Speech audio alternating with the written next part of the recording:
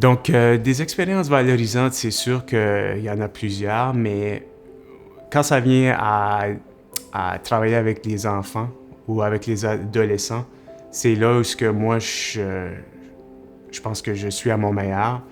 Surtout comme une expérience que j'ai eue avec un adolescent, je pense qu'il avait 12, 13 ou 14 ans, dans l'âge très influençable. Et puis, c'est un petit garçon que j'ai pu me voir dans lui parce qu'on partageait le genre de même situation que lui vivait au moment. Euh, pas de père présent dans la maison. La mère qui travaille 2, 3 emplois, la petite sœur qui est là avec lui. Donc, tu sais, beaucoup de choses qui est tiré à un jeune adolescent de 12, 13 ans, qu'au lieu de jouer avec des amis ou jouer des sports, il est pris. Il est pris dans une situation que c'est pas lui qui contrôle. Ça fait que ce jeune individu-là, moi, je me suis ouvert personnellement à lui. Et puis, tu sais, j'ai expliqué mon cheminement.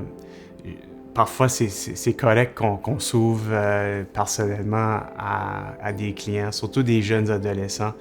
Et puis, c'est ça. J'ai passé 1 heure ou plus avec cet individu-là à lui expliquer mon cheminement, mon parcours et surtout lui faire réaliser que sa réalité qu'il vivait, il pouvait faire des changements, que sa réalité, c'est lui qui est en contrôle des choix qu'il va faire, les décisions qu'il va prendre, puis que ça n'a pas besoin d'être sa réalité.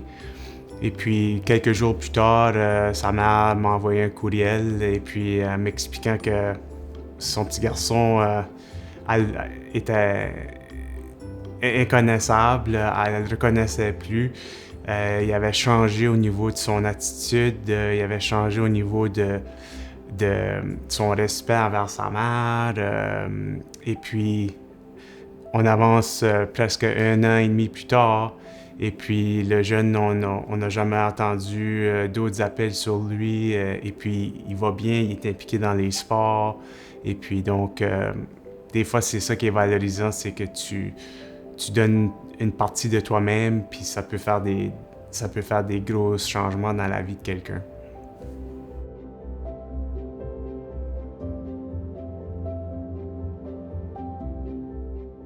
Je pense que pour moi, c'est comme quand on grandit, quand on est un petit garçon. Moi, j'ai été choyé de grandir dans une petite ville qui s'appelait Edmundston, au Nouveau-Brunswick, la plus belle ville au monde. Et puis, en grandissant dans les années 80, dans ce temps-là, les petits garçons voulaient être policiers, pompiers, un médecin, un vétérinaire. Ben moi, c'était vraiment, depuis que je suis tout petit, c'était d'être policier.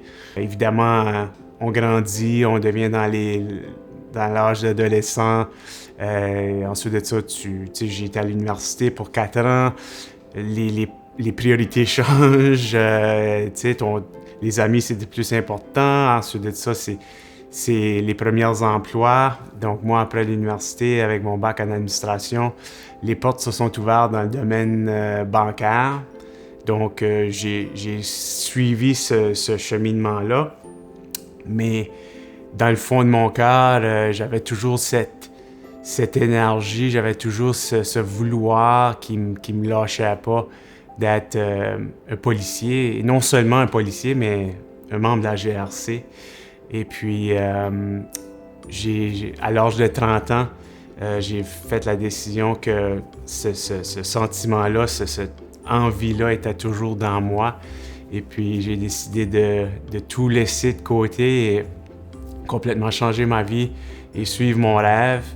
Et puis, c'est pour ça, quand je dis que le métier m'a choisi, c'est pour moi qui l'a choisi. Ça a toujours fait partie de moi. Et puis, on est là aujourd'hui à cause de ça.